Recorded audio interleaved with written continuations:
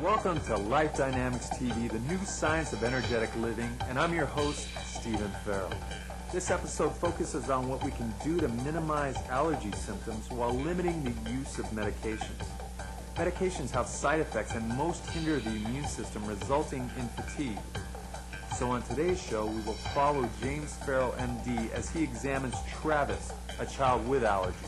And then Dr. Farrell will join an expert environmental medicine allergist, Rapp, MD. She's a New York Times best-selling author. And together they will discuss some solutions for allergies. So why don't we get started and join Dr. Farrell. Hi, I'm Dr. James Farrell.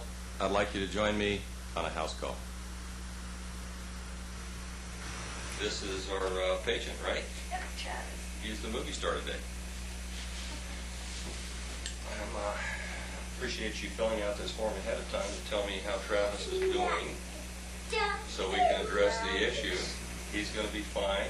We're going to get to the bottom of his problems and talk about his medical issues today. Okay. We're very concerned about him. He's doing YouTube. Ah, I see all of them are sort of focused in on the respiratory part of this, huh? Yeah. Basically, he's been a healthy guy. He's how old? He's 3, he's going to be 4 April 20th. April 20th. What a deal. We're not going to cut off the finger when we got an infection. We're going to address the infection. It's important to kind of look at his environment, what may be setting him off, what you're looking for triggers that set him off with either allergies or asthma. And that takes very careful investigation into especially the home. A person tends to spend most of their time in the bedroom, so that's usually one of the first areas that you may investigate, the bedroom. And I often tell parents who have children that look in the bedroom, what's there. Children often have stuffed animals, and ones that grandmom gave them, or hundreds of them that they can have in the room. They're never cleaned or at all, so they just kind of dust collectors. So you look in this environment that they're at. You look in the house where they have animals, and animals, people like them to go in the bedroom, so that's more of a problem. I always stress that if you do have animals, keep them out of bedrooms. So if you look in the bedroom, you'll probably find most of the inciting agents or the triggers that may start them off. If they do establish a diagnosis of asthma, the next question is, even before you're going to treat them, the question is what's the cause? If you can identify a cause, testing them, getting a history, getting an idea of what may set them off, then the best medication is avoidance. All of these medications have side effects. It's not a knock on a medication. It's just a fact, and it's a fact that we have to deal with.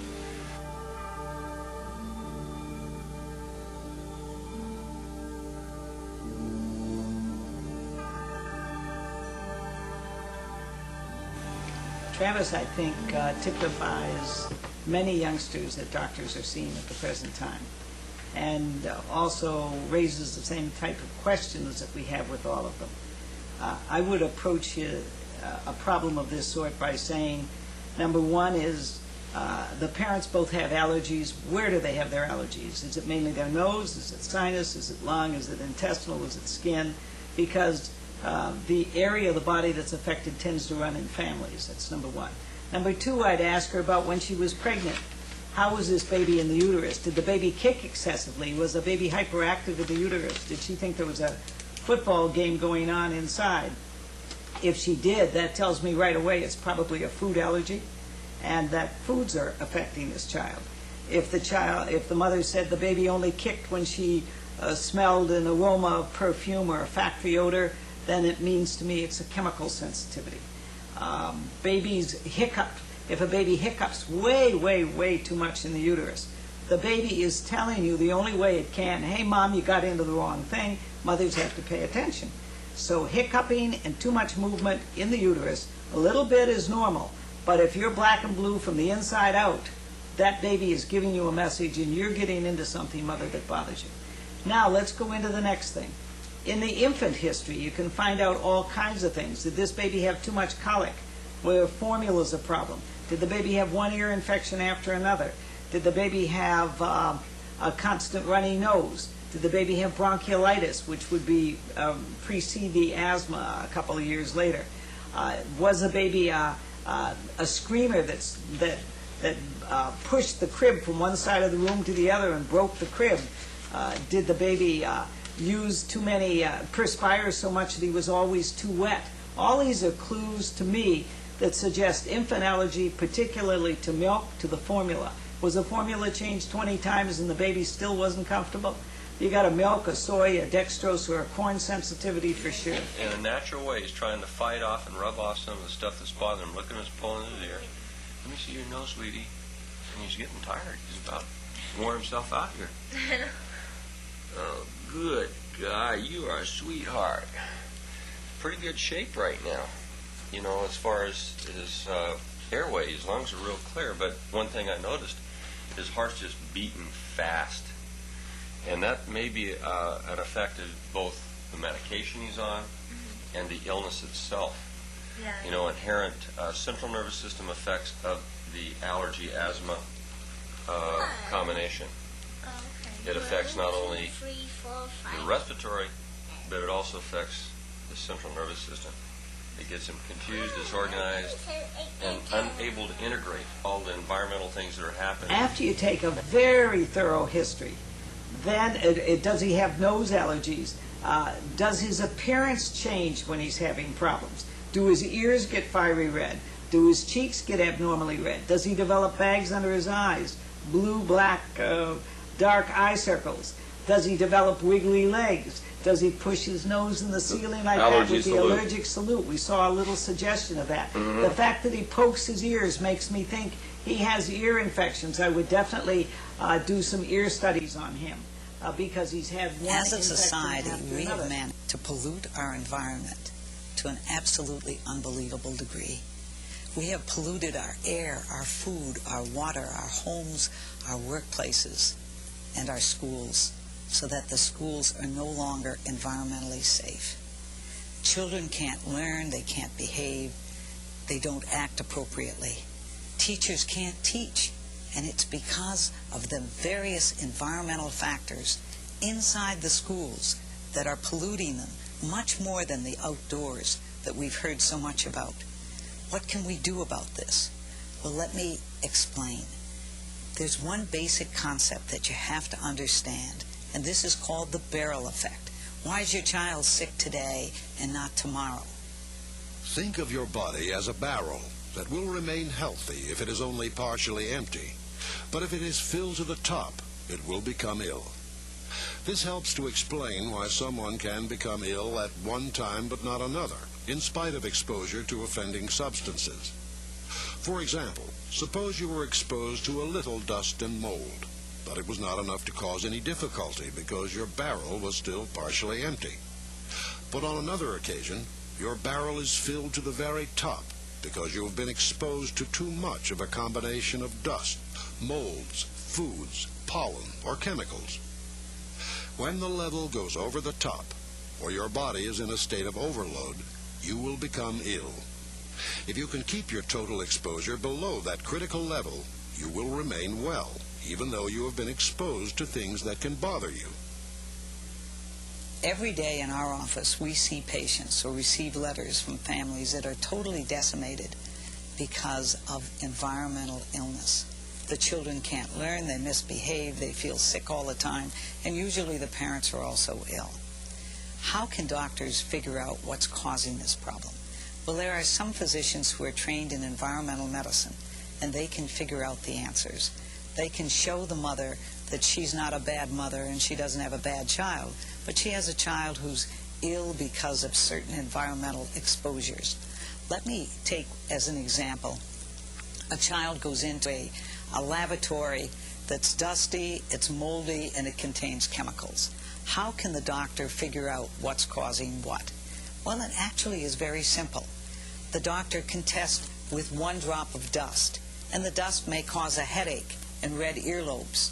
The doctor can check with 1 drop of a mold allergy extract, and that might produce a bellyache or problems thinking. The child can be tested with a drop of the chemical that's in the disinfectant or the deodorant, and the child may become too tired or too listless or unable to remember.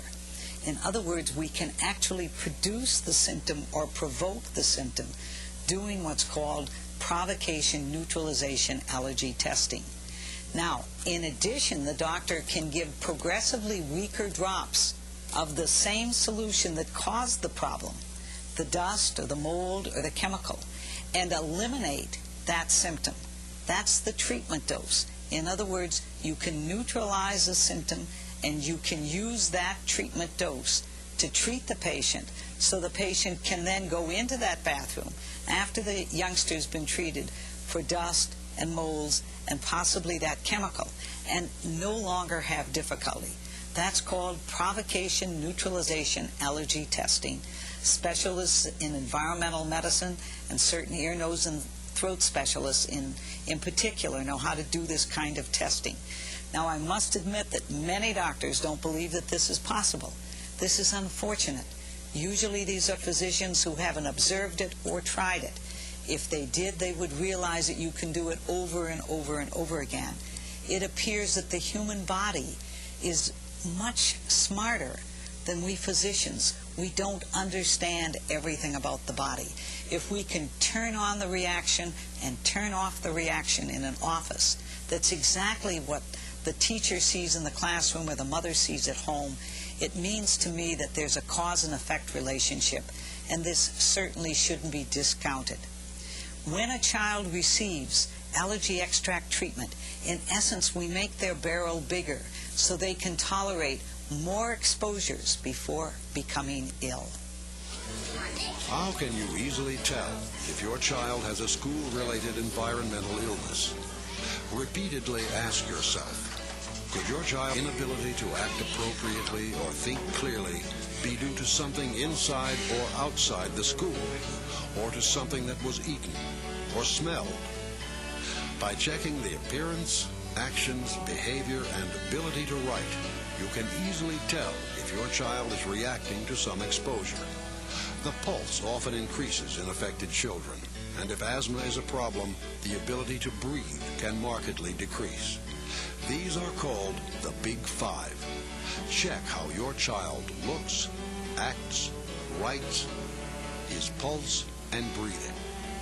Look for red earlobes, dark eye circles, bags under the eyes, red cheeks, wiggly legs, nose rubbing. The writing can change in minutes from normal to illegible after exposure to a chemical, dust, molds, or eating an offending food. In many children, these 5 variables can pinpoint the cause of illness or an inability to learn.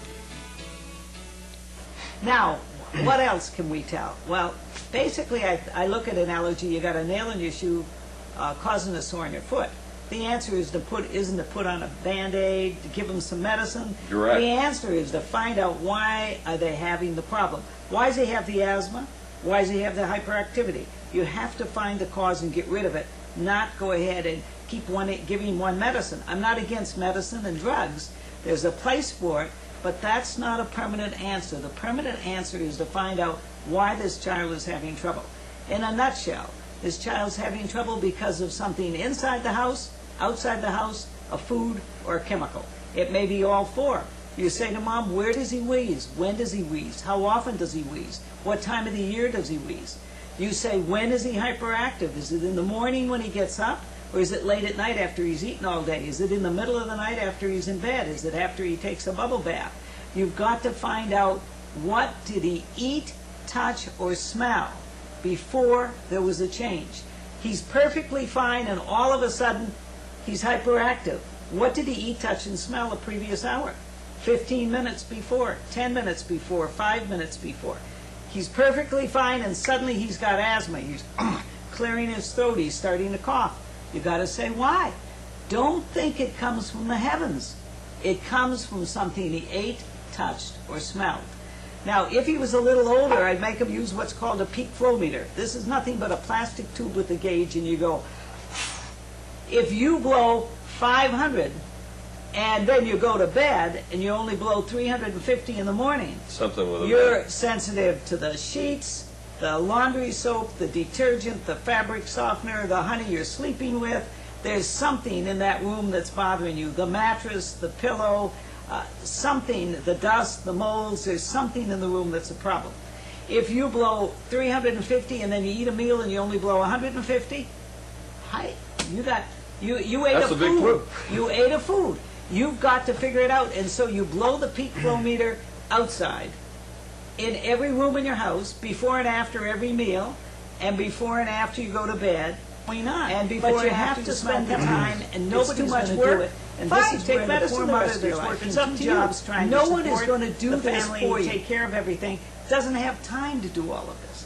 But the more she can do, the better it's going to be. Now, what's the next clue?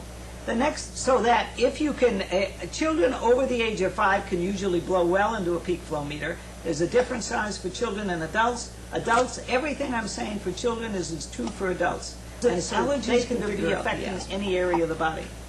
Now, It's a multi-system disease, and it can Absolutely. affect every tissue of the Any body. area can be affected, and as a board-certified pediatrician and allergist, I didn't appreciate that for about the first 25 years in practice. Typically, children and adults, their pulse will become very rapid, or it will become irregular, or their blood pressure goes up when they eat, touch, or smell the wrong things. And once again, it's a case of time. If it's a chemical that's causing trouble, the changes occur in the pulse and the breathing, for example, in the appearance and the activity within The big minutes. five that you Within mentioned in minutes. your book. Right.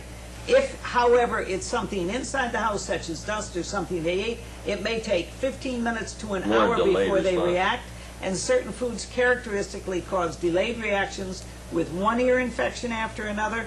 The ear infections are frequently delayed. You drink too much milk today, you get the ear infection tomorrow. You get into the dust and molds today, you have the ear infection tomorrow. Colitis is the next day, so, cold sores, canker sores in your mouth, bedwetting, these are all delayed reactions. Bedwetting, incidentally, is frequently due to fruit juice and milk. Very, very common due to those two. Now, I mentioned one infection after another. When you take a lot of antibiotics, and this child's been on many of them, I would expect this child to have a white-coated tongue, bloated belly. I would expect him to have itchy skin. I would expect that he might have a red ring around his anus, a bright red ring around the rectum, and that he touches Signs his of genitals fungus. all the time because they're itchy. Right. These are characteristics of a yeast overgrowth. If you take an antibiotic all the time, it mixes up and messes up the perfect balance that's in your gut. Your gut can have so many yeast and so many bacteria, but it's got to be within a range. It can't be like this. Within a certain range, your body says fine. Like this, it isn't fine. And many children are out of balance and out of whack because they had one antibiotic after another. They should check with their doctor, get on something, some more lactobacillus to get rid of the excess yeast. And the excess of lactobacillus reseeds the gut, and then they need to take care of something to get rid of the excess of yeast or candida or Monillia. Now, the next thing I want to talk about is the writing. If he was a little older, I'd have him draw a picture or write. Many times children can write and draw before they eat. They eat a meal and they can't write or draw. What does that mean to me? That means that their brain has been affected, and if Exactly. you don't pay attention to what they ate, that child can fail in school and go through a whole life never realizing their full potential because they couldn't learn as a child because their favorite food was the thing that was making them sick. If a child lists their 5 favorite foods and they have a food allergy, they just listed one of the foods that's causing the trouble. If you're a coffeeholic, a chocoholic, a milkaholic, a dairyaholic, a breadaholic, I can tell you right now that you have a good chance of having, if you're sensitive to a food, that will be the food that causes the trouble. That's fascinating. And if you go off that food, you'll be worse the first 2 or 3 days because you're addicted to it and you'll have withdrawal symptoms. But by the 4th or the 5th day, you'll be bright-eyed, bushy-tailed, and feel better than you ever did. That's interesting. You Okay. know, I think one of the first things that came to my attention when you mentioned trying to determine what was causing the reaction is, I view it as trying to isolate the enemy. Right. You know, the enemy That's is it. in the house, and if you it takes the time and do the things you need to do to locate the enemy, you can defeat him. You can sleep on a feather pillow and take asthma medicine the rest of your life or get rid of the feather pillow. I think it's time we got common sense into medicine, but that means that the parents have to take some of the initiative and help us figure out the answers. We can't do it on our own, but if they pay attention to when did my child start to have trouble, what did he eat, touch, or smell? If you've got an allergy, let me tell you, a parent can figure it out better than the doctor because they know their child. They can say he just doesn't look right. He slammed the door the wrong way. Look at how he's walking. He's not acting himself. Many times they can't pinpoint, but they know something is wrong. When a parent says to me, this food causes my child to have trouble, she's right. She may say, it's bread that's causing trouble, and she thinks it's the flour. It may be the yeast. It may be the egg that's coating the outside of the bread to make it shiny or something. She's right. She's picked the right food, but she may not be able to pinpoint it. That's where the cunning and the training of a doctor comes in. He's got a little swelling of the right eyelid compared to the left. Oh, You know, really? both are. Yeah, see the upper eyelid compared to the left. Oh, yeah, over on this side. Yeah, and part of that is the allergy and the release of histamine in those mucous membranes underneath those eyes. What could make the dark circles? Well, the dark circles are related to the blood flow. You know, venous blood is darker, Uh-huh. and arterial blood is brighter. And if he has good circulation in and out of the face, he's going to have a nice appearance, and it's going to have his normal skin tones. But if his venous return to the central circulation is impeded by the swelling of the mucous membranes as these veins go back into the central circulation, he's going to have a darkening, congestion of his face, and that's one of the things that's causing it. The other thing is the release of the histamine and the mucous membranes under the skin more than around just his eyes. A nose problem or a lung problem. It's a central nervous system problem.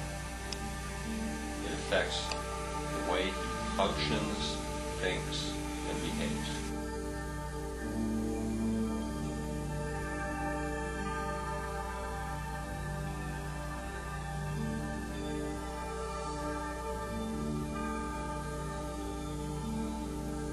If you are using hairsprays, if you're using underarm spray deodorants, if you're putting all kinds of lotions and creams on your body, if you're using bubble bath, most scouring powders that smell of chlorine, there are just so many chemicals in your house. If you're pesticiding your house, if you're buying synthetic carpets that have a strong smell, if you're sleeping on one of these soft, putty-like mattresses, watch out. You may very well be getting into something that can cause you to become ill. It's not true for everybody, but it depends on whether we have allergies or not, depends on our immune system. Yeah. Genetically, did you come from strong relatives or did they all have allergies? If they all have allergies, watch out. If they never heard the word allergies, you have a chance. Another thing you have to do is improve the nutrition.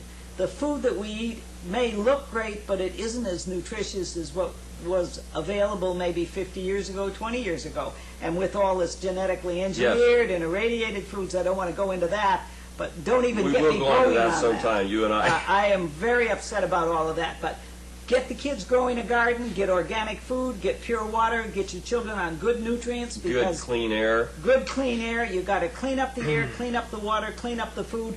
Don't use pesticides in your house. Get rid of the chemicals. Get rid of the chemicals, and you're going to find that the whole family will feel better, and you are not going to have all the troubles. There are ways of controlling pests without using dangerous chemicals. Remember, what they spray on the lawn next door goes into the ground and comes out your tap water, and you're drinking it. And there's a reason why the fish are getting sick, the birds are getting sick, the plants are dying off, and even the human race is in jeopardy at this point. I agree. Because of pollution of everything in sight.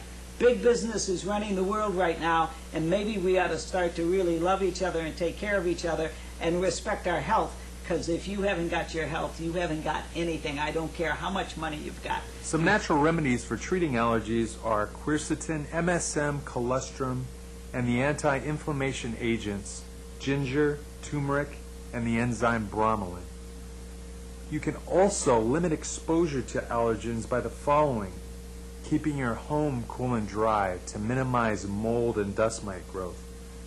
Carpeted homes you want to vacuum often, and changing your air conditioning filters on a regular basis. Thanks for sharing your time with us. Until next time, I'm Stephen Farrell with Life Dynamics TV, the new science of energetic living.